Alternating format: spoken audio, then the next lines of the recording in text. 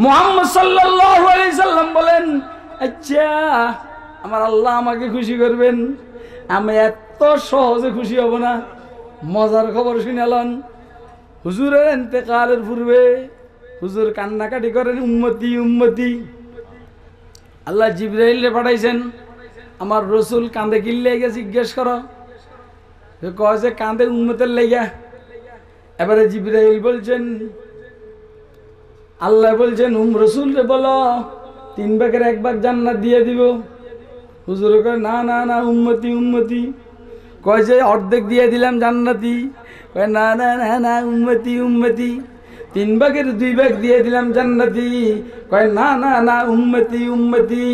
4 ভাগের 3 ভাগ দিয়ে দিলাম জান্নাতি। কয় না না, উম্মতি উম্মতি। তাইলে আখের আপনি কি চান বলেন না? কয় আমি চাই আমাকে সুপারিশ করার ক্ষমতা দেওয়া হোক, আমি বুঝুম আর আমার মাওলাই বুঝবে, মামলা উম্মতের পক্ষে আমি পরিচালনা করব। আল্লাহু আকবার। মামলা উম্মতের পক্ষে আমি পরিচালনা করব।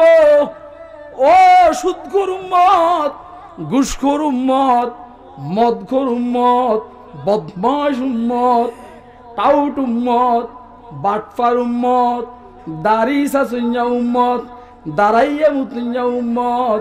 হে শোন না, রসুল বলেন আমাকে সুপারিশ করার ক্ষমতা দেওয়া হোক, আমি বুঝবো আর আমার আল্লাহ বুঝবেন। রসুল জানেন এটা আমি চাইলেই ফিরাইতে পারবো না। এই জন্য মসজিদ নববীতে বাবু সালাম দিয়া যখন আপনারা ঢুকেন, জান্নাতুল বাকি বাকি গেট দিয়ে বাইর হন, ডাইন বাম সাইডে একটা হাদিস শরীফ আছে, শাফাআতি লি আহলিল কাবাইর মিন উম্মতি ইয়াউমাল কিয়ামাহ।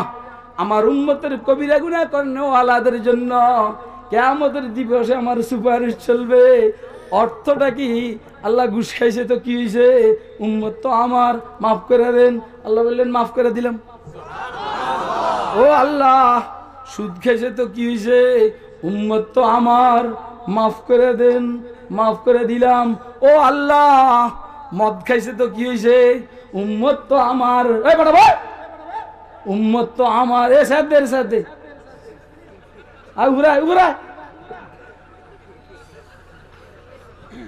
এটা উজানিতে আছে, আমার সাথে উজানিতে আছে। এটা আমার ভাইয়ত উজানি মাদ্রাসার 11 জন কমিটির একজন, 11 জনের একজন।